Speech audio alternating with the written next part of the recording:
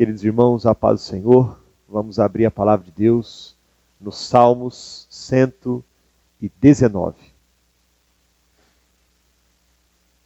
Por favor.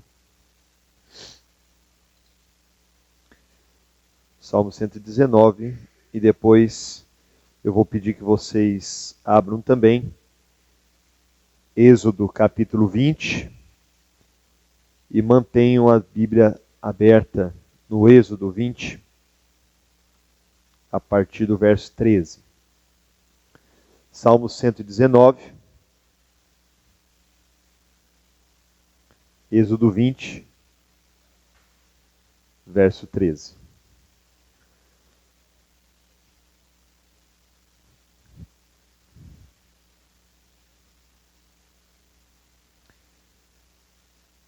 Assim nos diz a palavra de Deus no Salmo 119. Bem-aventurados os irrepreensíveis no seu caminho, que andam na lei do Senhor. Bem-aventurados os que guardam as suas prescrições e o buscam de todo o coração. Não praticam iniquidade e andam nos seus caminhos. Tu ordenaste os teus mandamentos para que os cumpra à risca. Êxodo capítulo 20, verso 13. Não matarás, não adulterarás, não furtarás, não dirás falso testemunho contra o teu próximo, não cobiçarás a casa do teu próximo, não cobiçarás a mulher do teu próximo, nem o seu servo, nem a sua serva, nem o seu boi, nem o seu jumento, nem coisa alguma que pertença ao seu próximo. Graças a Deus. Meus irmãos, nós temos estudado a lei, a relação entre a lei e o cristão. Já demos duas aulas, tivemos uma aula introdutória, falando dessa questão de lei e graça, Velho e Novo Testamento. Já falamos também, já falamos dos 5 primeiros dos 10 mandamentos. Essas duas aulas já estão disponibilizadas no YouTube, tá? Então, são aulas importantes, são aulas realmente bastante relevantes para nós como cristãos. Então eu aconselho que assistam, porque não dá tempo de eu repassar, porque senão fica muito longo. Amém? Então nós já vamos começar, nós vamos direto ao ponto. Só falar um pouquinho rapidamente aqui do que nós lemos aqui em Salmos, 119. O Salmo 119 que nós lemos é um salmo que fala muito da questão da palavra, da lei, da Torá, daquilo que eram os escritos do Velho Testamento. Então o salmista ele fala assim: felizes são os irrepreensíveis no seu caminho. Você não sabe o que é irrepreensível, Aquele que não há o que você olha para ele e fala assim, não tem o que falar dele. Então a Bíblia diz que felizes são os irrepreensíveis no seu caminho e que andam na lei do Senhor. Então quem é que são os irrepreensíveis? Os que andam na lei do Senhor. Então, isso aqui é só como introdução. O versículo 4 eu achei bastante interessante. Tu ordenaste os teus mandamentos para que o cumpramos à risca. E isso é relevante para nós nos dias de hoje, porque nós vivemos um tempo de muita relativização. Tudo é relativo. Hoje você pega, por exemplo, na questão da política, Tá uma coisa assim, estranha, Você não sabe mais quem é que está interpretando a Constituição de maneira correta, Porque um fala assim, não, mas a Constituição diz assim, assim, assim. Aí o outro fala, não, mas fala assim, assim, assim. O outro fala, então assim, é uma relativização, é uma questão de ponto de vista. E quando nós olhamos para a palavra, quando nós olhamos para os mandamentos de Deus, que nada mais é do que a Constituição de Deus, ela é irrevogável e ela não está passiva de interpretação. Ela não é relativa. Não existe ponto de vista aqui. Não, mas eu penso que aqui é assim. Não, mas eu penso que aqui é desse jeito. Não. A lei do Senhor, ela deve ser cumprida à risca, conforme nós vemos aqui no Salmo 119. Então, vamos direto ao ponto. O nosso quinto mandamento, irmãos, antes, só volta os slides, por favor. Eu vou só ler, só falar dos 5, só para a gente contextualizar. Então, o primeiro mandamento é: não terás outros deuses diante de mim. O segundo mandamento: não fará para ti imagem de escultura. Terceiro: não tomarás o nome do Senhor teu Deus em vão. Quarto: lembra-te do dia do sábado para o santificar. Quinto: honra teu pai e tua mãe para que se prolongue os teus dias. Agora vamos para o sexto mandamento: não matarás. Êxodo 20, versículo 13. Esse sim é o menor versículo da Bíblia. Tá? Esse é o menor. Não matarás. O que o Senhor está protegendo aqui, o bem que o Senhor está protegendo com essa lei, com essa ordenança, com esse não de Deus, é a vida. Deus está preservando a vida. Abram comigo, irmãos, a palavra de Deus em Gênesis capítulo 9, versículo 6.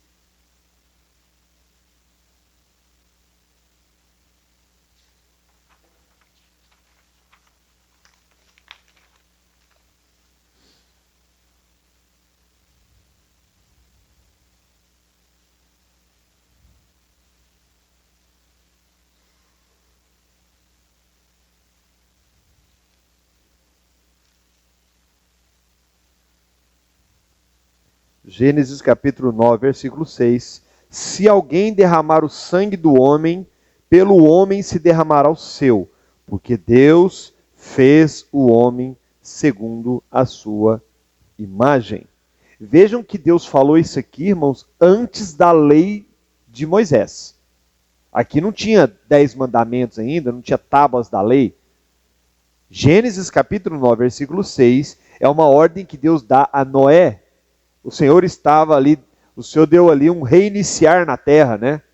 Foi uma resetada que Deus deu na humanidade. Sobrou só Noé, a esposa, os filhos, né? E as noras ali. Então o Senhor dá algumas orientações. É o que nós chamamos de aliança noânica, né? O que o Senhor fez com Noé. Então o Senhor fala, um dos mandamentos é esse, que eles não deveriam derramar sangue. Eles não deveriam matar uns aos outros. Por quê? Porque Deus estava protegendo a vida.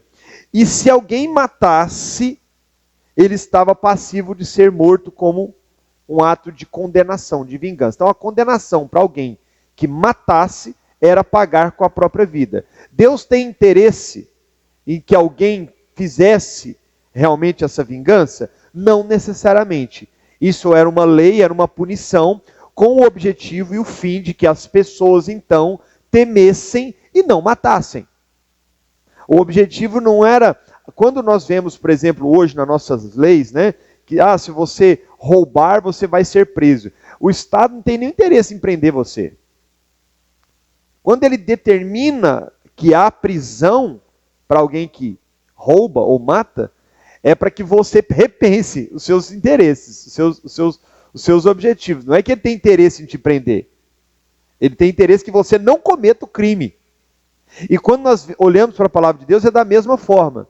Agora, olhar para esse texto aqui, irmãos, não matarás, esse versículo tão pequeno, ele vai bem além. Eu queria tratar com vocês sobre isso. Primeiro ponto, a vida é um dom de Deus. A vida é um dom de Deus. Só Deus pode dar a vida e tirar a própria vida. Essa é uma prerrogativa exclusiva de Deus e não nossa. A vida é algo que Deus criou. Mas e a morte? A morte nada mais é do que uma consequência do pecado. A morte é impossível nós acostumarmos com ela. Nós podemos trabalhar com... Eu me lembro que eu conheci um irmão. Esse irmão tinha uma funerária. Um dia eu estava numa fila com ele, lá na igreja, ia ter um evento lá.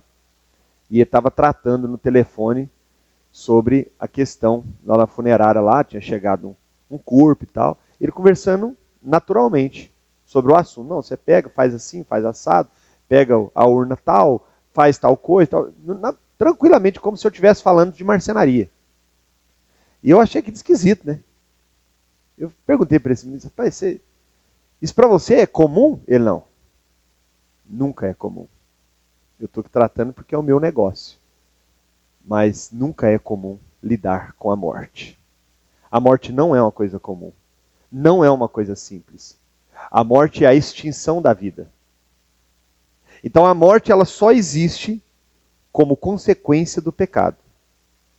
Outra tradução possível é não assassinarás. É uma outra tradução possível para esse.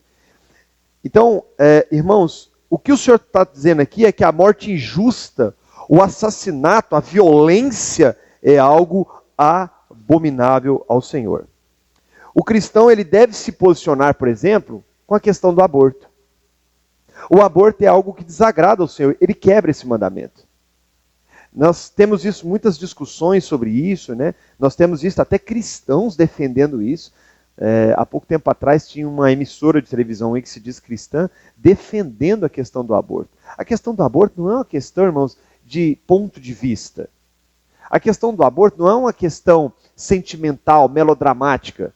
A questão do aborto é uma quebra do sexto mandamento. Não matarás. Ah, Paulinho, mas as condições que a mãe engravidou, tal. Não, isso não está em questão. A questão aqui é a criança, é a vida. É a vida. Essa que é a questão. A questão não é a mãe, a questão é a vida que está ali. Então, por mais que nós possamos aqui sentar e fazer um grande debate sobre essa questão, sobre os prós, os contras, o que eu acho, o que a psicologia diz, nós podemos tratar tudo, qualquer assunto. O que nos norteia como cristão é o que a palavra diz, não matarás. Então, nesse sentido, o aborto é um assassinato. A eutanásia, por exemplo, nós como cristãos devemos nos posicionar. Não é bíblico. Não é a vontade do Senhor a eutanásia. Os irmãos sabem o que é isso, né? Hã? Fátima, o que é? Você que estudou um pouquinho sobre saúde. Né? A pessoa escolhe deliberadamente, eu quero morrer. Não. Não. Mas Paulinho está sofrendo, mas não. É a vida. É Deus é quem determina vida e morte, não nós. Tá? Existem algumas aplicações que nos envolvem. Que alguém pode falar assim, não, mas esse aí não, Paulinho, esse aí eu tenho certeza que eu vou morrer, eu nunca vou cometer isso. Quando você coloca uma pessoa em risco, você também está quebrando esse mandamento. Quer ver um exemplo? Dirigir embriagado. Você está pondo pessoas em risco. Pessoas que estão com você no carro e outras pessoas, um pedestre, alguém na rua, um outro carro, um outro veículo. Quando você sai dirigindo, você nem está embriagado, você sai dirigindo desgovernadamente, cantando pneu e tal, empinando, né? Hoje em dia está muito na moda isso aí, né? Um motoqueiro loucão, ele passa no quebra-mola e já empine. É uma quebra do mandamento, porque ele pode estar cometendo, aquilo pode provocar um acidente e matar alguém. Quando as pessoas trabalham, hoje em dia, as empresas estão muito focadas nisso, né? Questão de segurança do trabalho. E aqui nós temos um técnico de segurança daqueles, né?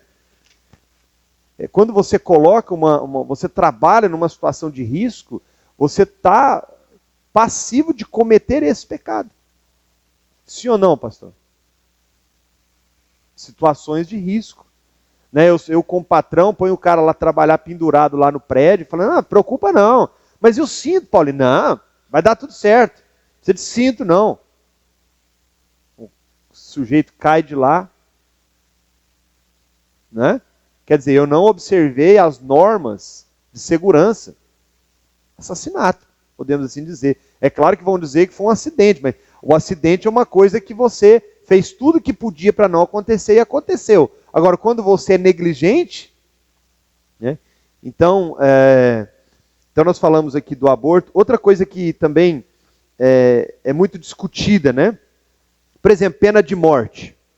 Nós lemos aqui que no Velho Testamento, a pena de morte, ela só tinha uma única cláusula, né? Se alguém matasse, esse alguém recebia uma pena de morte. Então, se alguém derramar sangue pelo homem, será derramado.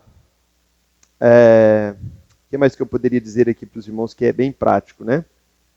No Novo Testamento também vemos que há certos crimes que devem ser punidos com a morte. Não precisam abrir, eu vou ler um versículo aqui apenas, tem outros, mas eu vou ler só um. Fala assim, ó: caso, pois, eu tenha praticado algum mal ou crime digno de morte, estou pronto para morrer. Pelo contrário, não são verdadeiras as coisas que me acusam. Ninguém, para lhe ser agradável, pode entregar-me a eles. Apelo para César. Isso aqui é Paulo falando. No Velho Testamento, havia alguns crimes que era passivo de morte. Por exemplo, adultério. Adultério era passivo de morte. Vocês lembram quando a mulher foi pega em adultério? Eles queriam apedrejá-la até a morte. Vocês querem ver uma outra coisa que era passivo de morte no Velho Testamento? Filho rebelde. Que, Paulinho? Sim. Filho rebelde, no Velho Testamento, ele era passivo de morte. O que a lei prescrevia? Que os pais deveriam corrigir seus filhos e, às vezes até publicamente, levar ao sacerdote. Esse filho era corrigido, mas se ele permanecesse na rebeldia contra os pais, ele era passivo de condenação à morte diante de toda a congregação, para que outros vissem e não cometessem o mesmo erro. Velho Testamento. Né? Então, pena de morte, nesse caso, para o cumprimento da lei, não é uma quebra do mandamento. O último tópico é guerra. Paulinho, e se me convocar para a guerra? Né? O mandamento fala que eu não posso matar. E aí há uma certa controvérsia. Né? Por quê? Porque no próprio Velho Testamento nós vemos Deus convocando seu povo para a guerra. E o próprio Deus dando ordem para matar. Eu não sei se vocês vão se lembrar de Saul, né? O Senhor dá ordem para Saul matar completamente, inclusive crianças, mulheres. Aí alguém pode perguntar, mas então é uma contradição. Deus fala que não deve matar, mas ao mesmo tempo ele manda matar? É porque aqui, queridos, é uma questão de guerra. Era uma lei civil de Israel. Na guerra, esse mandamento não era quebrado. Mas isso era em Israel, eram guerras santas. Eram guerras com propósitos de Deus. Mas e para nós? Paulo, fui convocado para lutar lá na guerra da Rússia. Aí a gente entra numa situação complicada, né? Porque nós temos uma lei no país. Se o país ele declara que nós estamos em guerra e os jovens são convocados, tem que obedecer. Porque senão vai preso e é passivo também de condenação. Eu lendo um pouco sobre o assunto, eu vi algumas coisas que talvez possam nos ajudar. Há posições que defendem que todo tipo de guerra é legítimo. Um teólogo chamado R.C. Sproul, ele defende o segundo ponto, que é: outros defendem que nenhum tipo de guerra é legítimo. E dizia que a guerra justa é a expressão internacional do uso da espada para fazer o bem. Portanto, perante uma invasão injusta, uma ameaça injusta à população de uma nação, ou mesmo à sua existência, a guerra se faz justa. Se alguém entrar na sua casa, Fabíola, alguém entrou lá para roubar, armado, e o Eli resolve defender a sua família e mata o sujeito. Ele cometeu o crime, ele quebrou o sexto mandamento, sim ou não?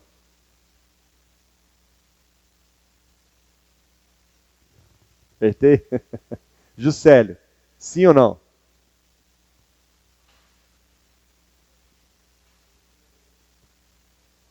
Exato, não, sua resposta é excelente. Né? Se é uma situação de vida ou morte, quer dizer, ele invadiu a sua propriedade. Né?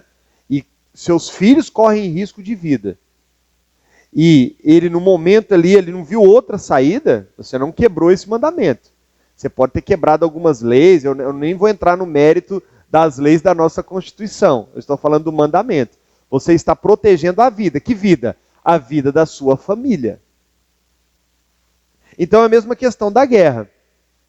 Eu não sei se vocês assistiram o filme Até o Último Homem. Ele foi o que ajudou ali na guerra sem derramar sangue, né? E porque ele observava esse mandamento, ele falava, olha, eu não posso quebrar esse mandamento, não tem jeito. Não. E ele pegava a arma e ele ficava tremendo, ele ia para a guerra, ficava tremendo, e ele não deu um tiro sequer. Então o que ele cooperou? Em ajudar os soldados que estavam feridos, recolhê-los do campo de batalha, porque muitos nessas guerras, às vezes morrem, não foi, tomam um tiro, tomam alguma coisa assim, e eles abandonam, né? Ele não, ele ia lá de noite, ele resgatava as pessoas, levava para a enfermaria. Então essa foi a forma que ele encontrou de honrar a lei dos homens, que era indo à batalha, e honrar a lei de Deus, que era não matar ninguém, uma vez que ele não julgava que aquela guerra era uma guerra legítima. O que seria uma guerra justa e legítima? Uma guerra realmente com objetivos realmente puros. Por exemplo, a Segunda Guerra Mundial dos nazistas, qual que era a intenção deles? Ter uma raça única e pura, porque eles achavam que eram superiores, né? Por isso que mataram 10 milhões de judeus, mataram negros. Era uma guerra justa? Claro que não, né? Então entrar numa situação como essa é sim quebrar esse mandamento, tá bom? Glória a Deus, irmãos. Vamos passar para o próximo. O 7º mandamento, não adulterarás. Então, o aspecto que Deus está protegendo aqui é a família, o casamento, a integridade e a pureza. Quando Deus fala assim, ó, não adulterarás, Deus está protegendo a família, porque o adultério, irmãos, é algo nocivo à família, é algo que destrói a família. E nas religiões dos povos ao redor de Israel, isso era uma coisa comum, irmãos. Isso era uma coisa normal. Isso nem era visto como adultério. Só para vocês terem uma ideia, isso não era nem visto como adultério. Os homens, especialmente os homens, eles tinham relações com outras pessoas, não era nem com outras mulheres, não. Com outras pessoas a céu aberto. Por exemplo, o Império Grego, né? O Império de Alexandre o Grande. Isso para eles era uma coisa normal. Eles tinham uma mulher lá, casava, mas se eles, sei lá, se sentissem atraídos por um soldado, ou por outro homem, ou por outra mulher, aquilo era normal e as mulheres nem questionavam. Essa foi uma das ruínas do Império de Alexandre o Grande. Uma das ruínas do Império Romano também, que era extremamente promíscuo. Então o adultério é uma coisa que, independente se a nação acredita, se é lei, se não é lei, se aqui no Brasil o adultério não é crime, se não é, para Deus é. E a consequência é a destruição da família. E uma vez que a família é destruída, a sociedade inteira padece. Esse ponto, irmãos, é um ponto muito delicado para nós tratarmos aqui nesta manhã. É um ponto bastante delicado.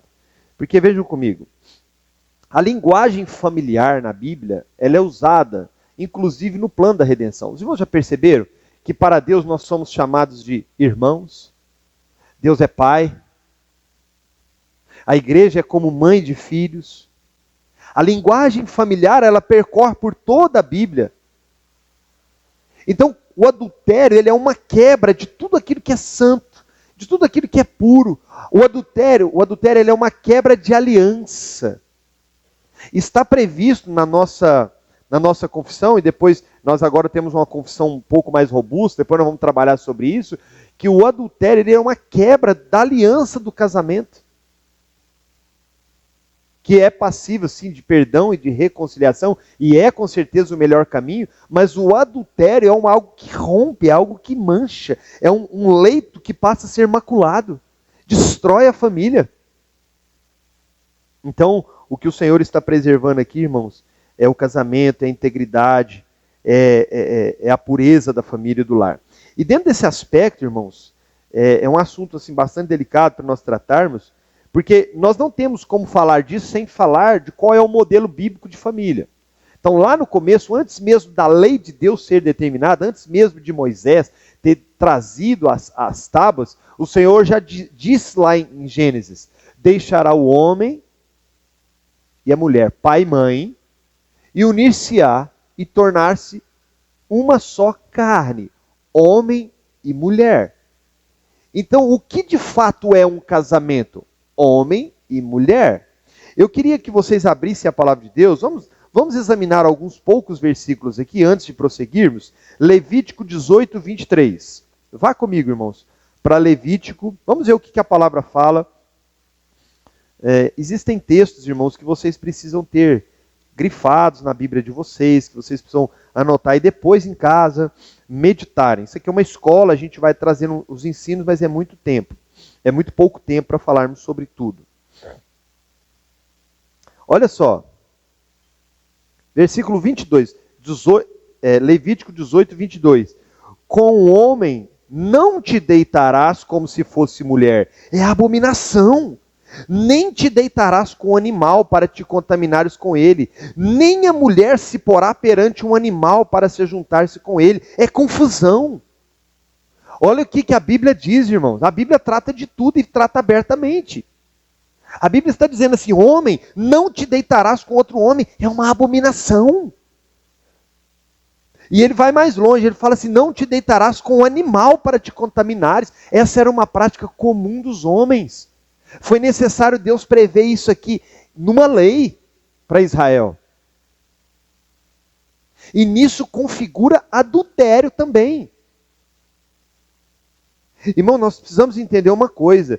O solteiro cuida das coisas do Senhor. Ele está vinculado ao Senhor. Ele tem uma aliança com o Senhor.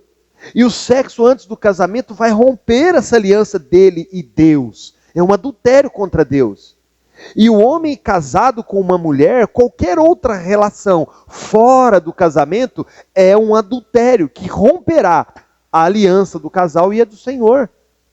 É o que a palavra de Deus nos ensina, é o que Mateus capítulo 19 nos ensina. Nós não vamos aprofundar aqui, porque senão nós não vamos conseguir nem terminar os 10 mandamentos hoje. Então, irmãos, eu teria outros textos para falar aqui, mas isso é grave. Devemos, como cristãos, respeitar as diversidades dos homens. Temos que respeitar a escolha de cada um. Afinal de contas, o Senhor nos resgatou, somos pecadores também, fomos resgatados do pecado. E se qualquer pessoa com essa prática nos visitar, ou querer ajuda, ou querer uma assistência, nós devemos amá-los como Cristo amou a todos.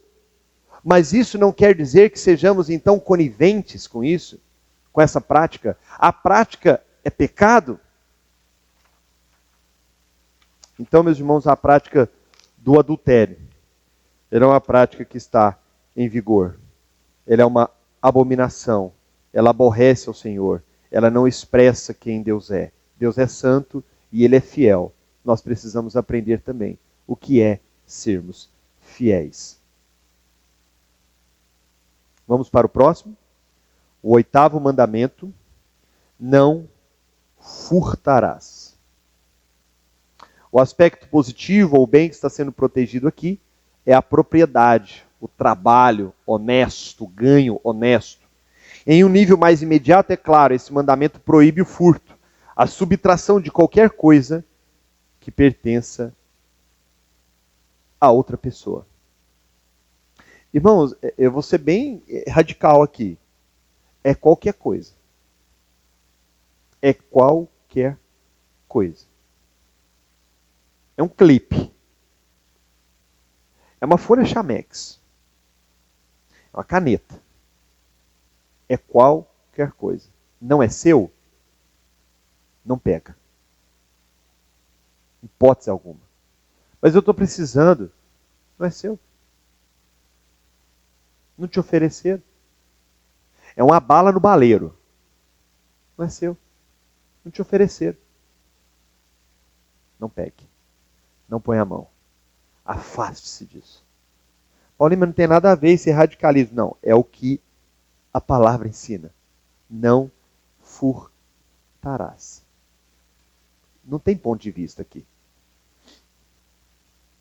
Esse mandamento, irmãos, ele é muito importante para nós.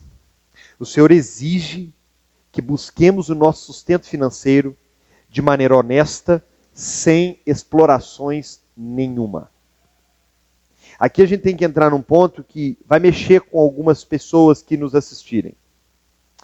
Esse mandamento exige o nosso produto, o nosso serviço, o nosso trabalho. Ao mesmo tempo que o Senhor está dizendo não furtar, o Senhor está, nas entrelinhas, Ele está dizendo o seguinte: trabalha, vai conquistar, vai lutar pelo que é seu. De modo que se eu faço um trabalho desonesto, ou se eu faço uma cobrança injusta, ou se eu faço um negócio, tentando empurrar para o outro algo que está encoberto, também é considerado um furto. Ah, isso aqui, ó, tem que passar para frente. Não vou comentar, não vou falar. Isso é sério, irmãos. Isso é sério. Isso aqui é o... Não dá. O Senhor, Ele conhece os nossos corações, né? Se você é um empregador, se você tem uma empresa, você tem que pagar o seu funcionário em dia. No dia combinado. Se você prometeu para ele que ia dar para ele tal coisa, tal dia, tal meta, se ele fizesse tal coisa, você tem que honrar isso. E se você não tem condição de honrar isso, você tem que, no mínimo, chamá-lo e conversá-lo e tentar renegociar, mas sem passar para trás. Não fazer vista grossa, fazer, isso aí, ele esqueceu. Não! 1000 vezes não, mesmo que ele tenha esquecido. E a sua palavra, onde é que fica? Você vai tirar dele aquilo que você prometeu? Não. Da mesma forma, o empregado. Você foi contratado para entrar 8 horas no serviço, então não é 8h05 não, irmão, é 8. Você recebe para entrar 8. Você recebe para entrar 8 e sair às 6. Então não queira dar uma de veiaco e sair 10 para 6. Seu horário é 6 horas. Você recebe para isso. Então quando nós falamos de furtar, vai além. João Calvino, irmãos, presta atenção. João Calvino define roubo como privar alguém daquilo que Deus pretendia conferir a ele. Vocês querem ver? Eu vou mais longe, irmãos. João Calvino aplica esse mandamento até a pastores que fazem uma má preparação do sermão para a igreja. É como se eu tivesse, não, eu vou lá, eu vou entregar uma mensagem, mas eu não preciso me preparar tanto, não. Você está furtando a igreja de um ensino da palavra coerente, profundo. Os irmãos estão entendendo a extensão disso? O furtar aqui também está ligado à omissão. Agora eu vou apertar um pouco mais. Pirataria é furto. Pirataria é furto. Paulinho, mas tem um gatinho lá que eles colocaram lá em casa. Furto. Por quê? Porque você está usando de uma coisa que você não paga por ela. Você não paga por ela. Isso é furto. Não tem outra palavra. A pessoa tem lá, levou 1 ano para escrever um livro. Gastou muito dinheiro para publicar na editora. Mídia social, fazendo evento, workshop. Aí alguém pega e copia o negócio. E vende. E você compra a cópia. Furto. Porque alguém trabalhou muito por aquilo. Alguém lutou muito por aquilo.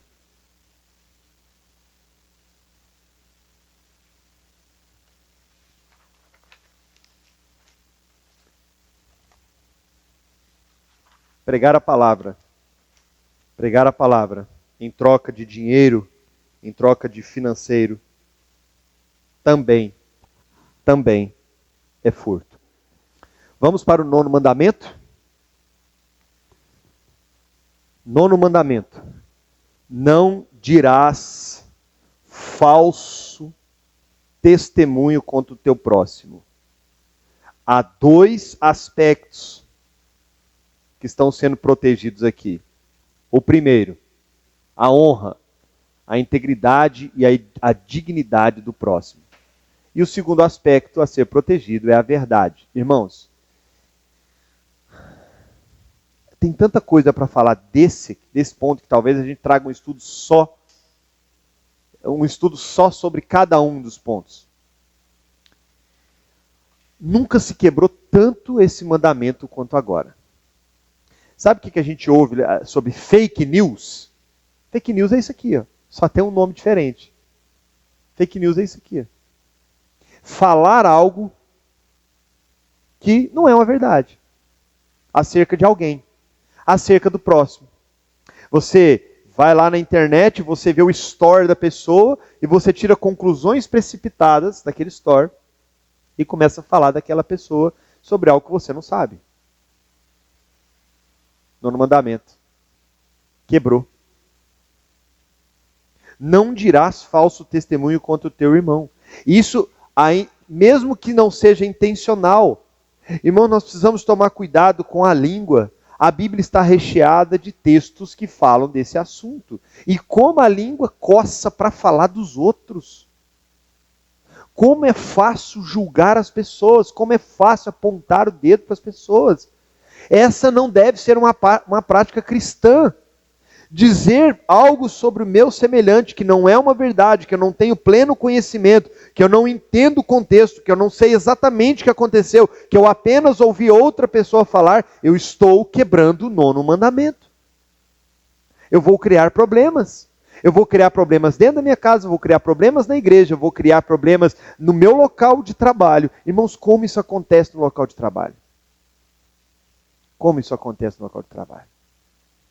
Pessoas difamando umas às outras, falando mal umas das outras o tempo todo.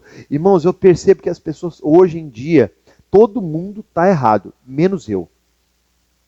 Está todo mundo errado. Eu sou bom, eu faço tudo certo, eu faço tudo direito, eu dou minha vida, eu dou meu sangue, o resto não presta. Todo mundo faz errado. Uma coisa, irmãos, aqui que eu tenho que falar, panelinha. Isso é uma coisa que é uma miséria dentro de uma igreja, é panelinha. Isso é uma miséria, irmãos. Isso é uma coisa que destrói a igreja. Não, eu gosto de ficar com esse grupinho aqui. Esse grupinho aqui não dou certo. Tem a pessoa fulana, não dou certo. E isso, irmãos, não está diretamente ligado ao nono mandamento, mas acaba que esse grupinho fala daquele. Um fala do outro. Ou seja, quebrei o mandamento. Isto abrange, irmãos, olha a abrangência desse mandamento. Espalhar a difamação, a calúnia, atribuir fatos mentirosos e até criminosos a outro. Também abrange a ofensa, a detratação. Isso aqui acontece muito em família. Acontece demais. Demais. Você senta lá na mesa, lá, tal. Aí, a hora que a pessoa sai, começa a falar. Os filhos escutam. Os filhos estão ouvindo. Você falar mal da tia, do tio, do cunhado. Estão ouvindo. E eles estão aprendendo com você, viu? Eles estão aprendendo com você. Falar dos outros. Eles estão aprendendo. E não queira corrigir eles quando eles falar de alguém, não. Eles aprenderam foi com você.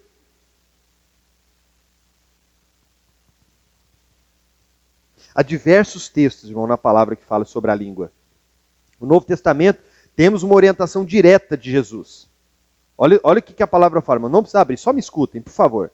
Se teu irmão pecar contra ti, vai até ele, repreenda-o entre você e ele. E se ele te ouvir, ganhaste o irmão. Olha o que Jesus está falando aqui. Para de falar dos outros, vai lá e fala com o irmão que você está insatisfeito com ele. Para de falar dele, vai lá, chama ele. Falei, irmã, vem cá. Olha, situação aí, aconteceu, eu queria saber se é verdade, se você falou isso mesmo. Não falei, tal.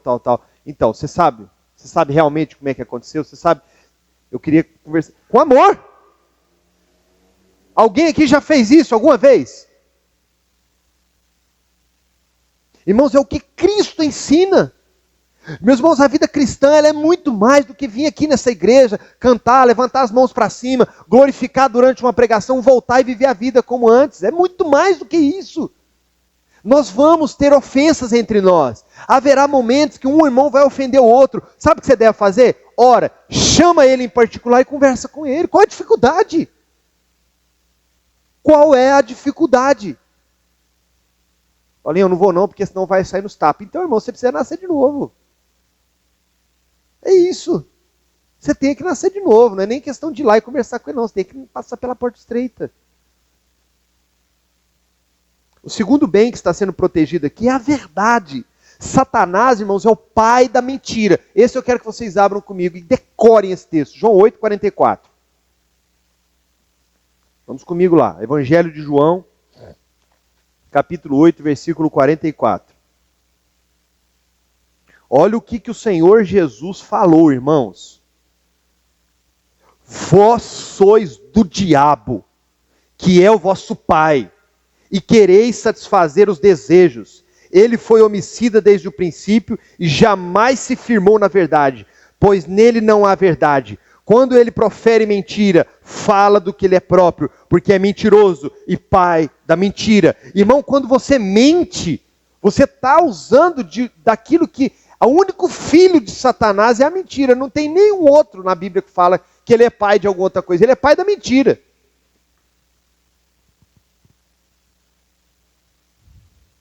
A mentira, irmãos, é uma adulteração da verdade. Vocês querem ver? Vamos mais longe. A omissão também é condenada, mas vamos mais longe. Isso é uma coisa que... Eu digo coisas aqui que a minha consciência me aperta, não tem jeito. Trazer um ensino incorreto, falar alguma coisa que a Bíblia diz que a Bíblia não disse, ainda que eu use a prerrogativa de que é uma palavra revelada, se não está na Bíblia, é um falso testemunho. Pecou. Se trouxe uma heresia para a igreja, e ainda usou o nome de Deus, quebrou 2 mandamentos, disse o nome de Deus em vão, e deu falso testemunho. E eu já fiz isso. E peço perdão para aqueles que já me ouviram fazer isso.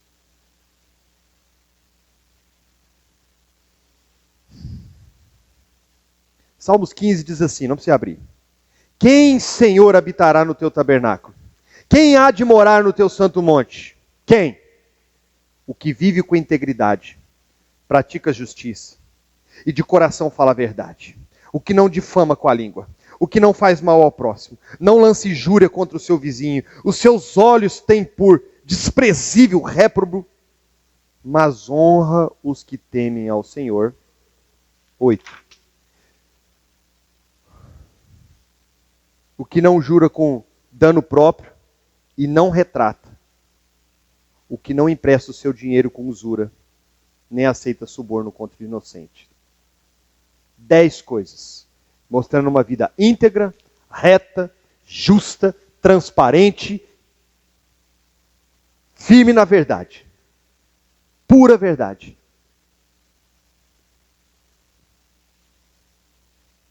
O que ele está dizendo aqui, irmãos? O de coração que fala a verdade. Esse salmo relaciona os afetos à verdade. Versículo 4, que jura com dano próprio e não se retrata. Ou seja, aqui o autor está falando de que as promessas e juramentos devem ser cumpridos, mesmo que ao cumprir o que prometeu seja prejudicado. Eu já dei orçamento, irmãos. Eu já dei orçamento errado na minha empresa. Na hora de fazer, eu falei assim, o que eu arrumei? Esse mês passado mesmo aconteceu. O que eu arrumei com esse orçamento? Eu vou ficar no prejuízo. Mas vocês acham que eu liguei para o cliente? Eu cumpri o que eu prometi. Eu tenho contrato. Isso é problema meu. Eu fiz errado. Eu prometi algo. Eu vou ter que cumprir. Ponto. Irmão, nós precisamos ser crentes de uma palavra só. Você diz que vai, vai então, irmão. Você diz que não ir, então não vai. Mas não sai por aí dizendo coisas impróprias. Tenha um compromisso com a verdade. Nós vamos encerrar daqui a pouco, passando um pincel nisso aqui. Tá bom? Vamos para o último, o 10º mandamento. Não cobiçarás a casa do teu próximo. Não cobiçarás a mulher do teu próximo, nem o seu servo, nem a sua serva, nem o seu juramento, nem coisa alguma que pertence ao teu próximo. O bem que o Senhor está protegendo aqui, irmãos, são as intenções do coração. Irmãos, esse mandamento é impactante. Porque esse pecado, irmãos, da cobiça, é um pecado silencioso. Ninguém vê. sabe. Ele é aqui dentro. Os demais, todo mundo vê. Você matou, você adulterou, você fala besteira, você fala mentira, você conta piada imoral, você não honra pai e mãe, está todo mundo vendo. Está à vista de todo mundo sabe que você não está nem aí para os mandamentos do Senhor. Agora esse aqui, não. Esse aqui está lá dentro. Esse aqui você pode guardar os outros 9. Os outros 9. Mas às vezes está lá dentro e ninguém vê. Não cobiçará. Cobiça. A cobiça, irmãos, é o desejo por algo que não é seu. A cobiça é o desejar alguma coisa que às vezes o Senhor nem tem para você. E muitas vezes, irmãos, e aqui eu quero aprofundar um pouco, porque às vezes nós cometemos esse pecado involuntariamente.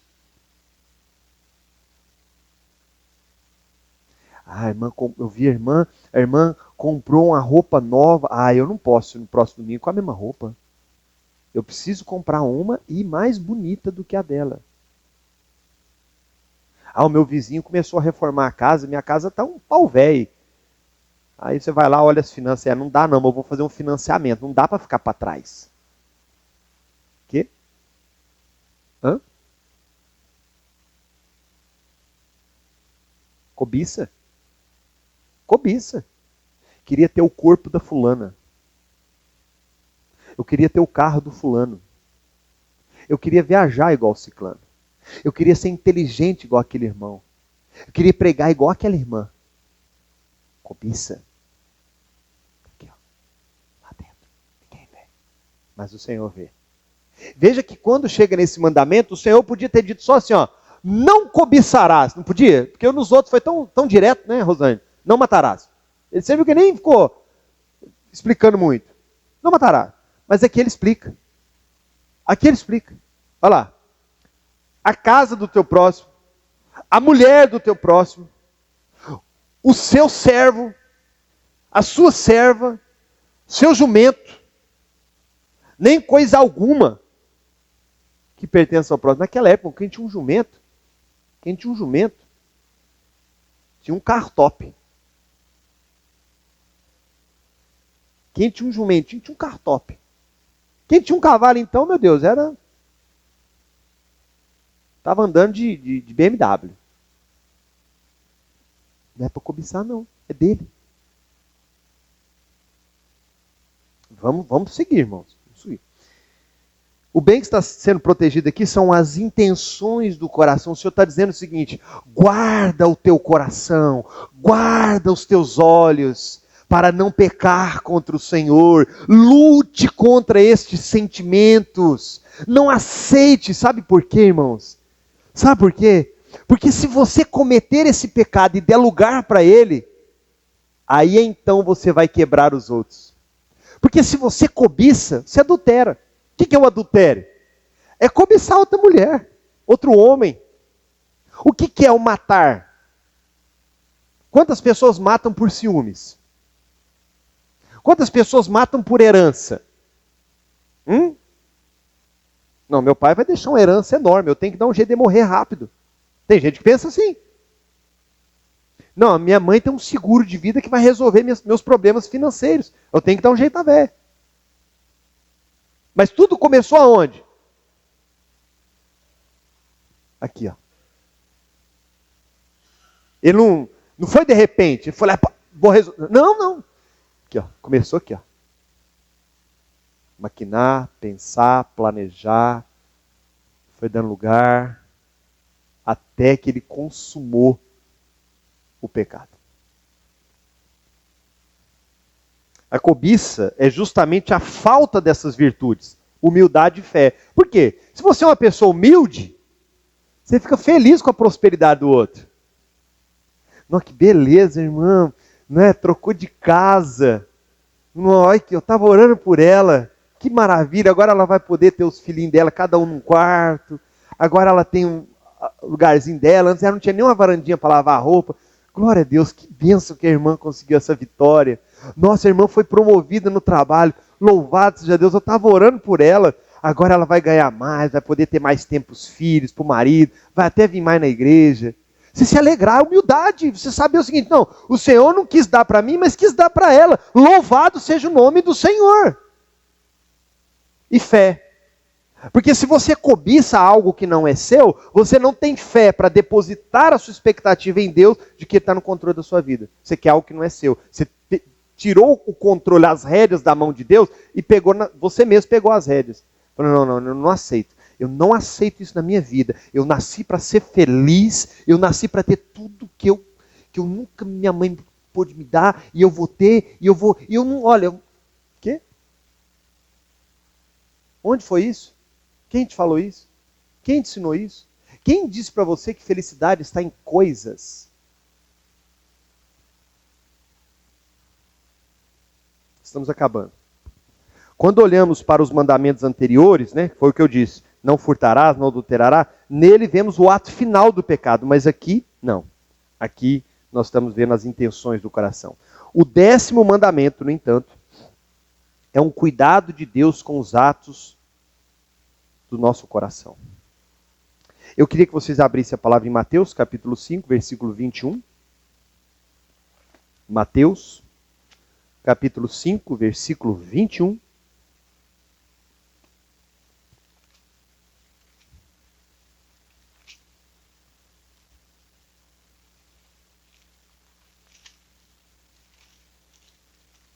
Olha o que está escrito.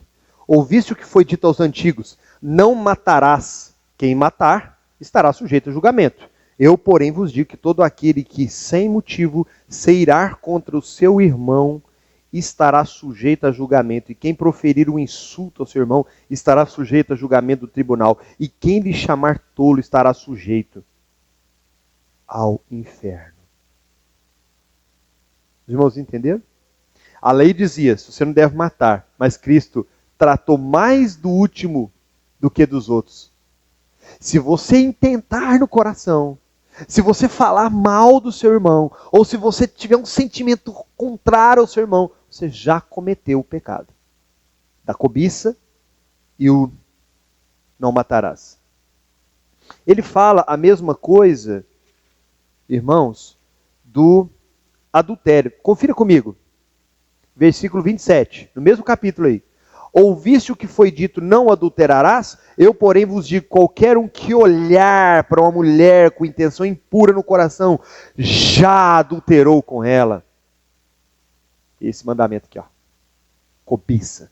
Você olhou, cobiçou, eu queria ter o corpo igual daquela irmã.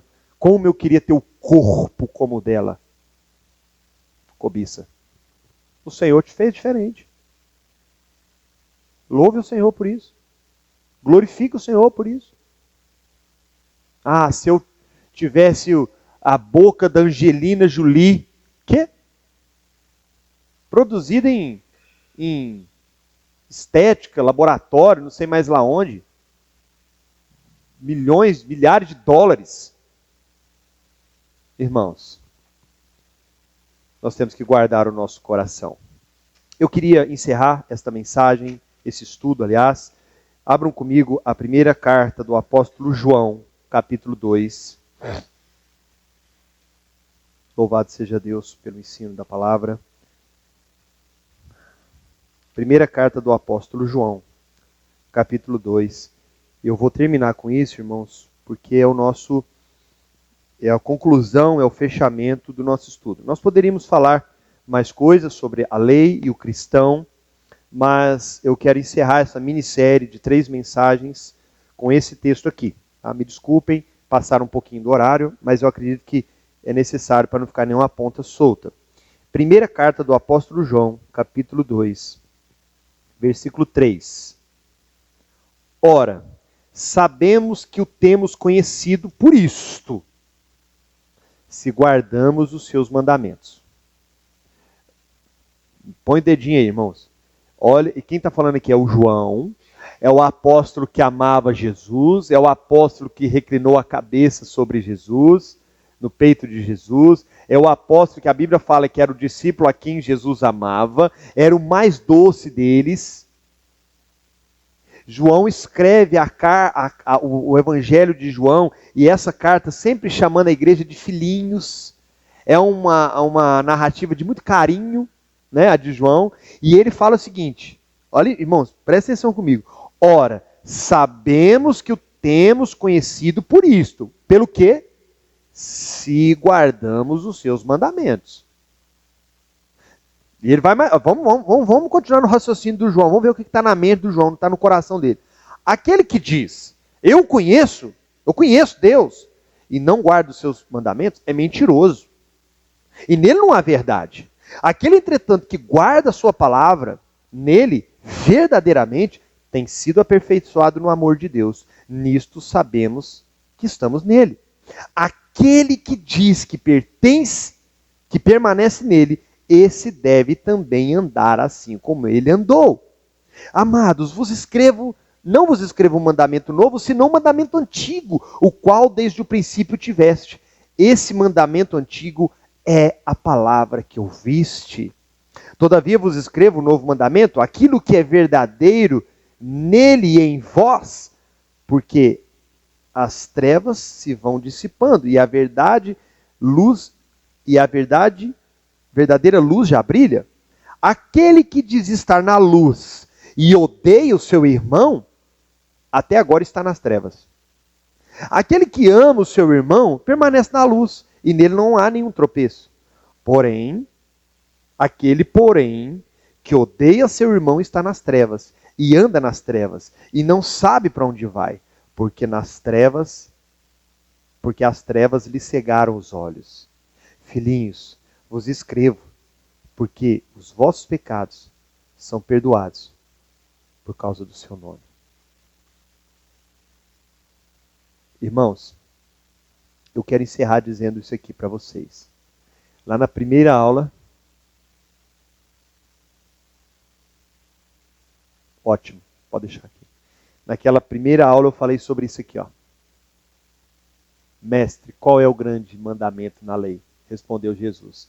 Amarás o Senhor teu Deus de todo o coração, a intenção, de toda a tua alma, todo o teu entendimento. Este é o grande mandamento. O segundo, semelhante a este, amarás o teu próximo como a ti mesmo. Levai as cargas uns dos outros e assim cumprireis a lei de Cristo. É a mesma coisa que João falou.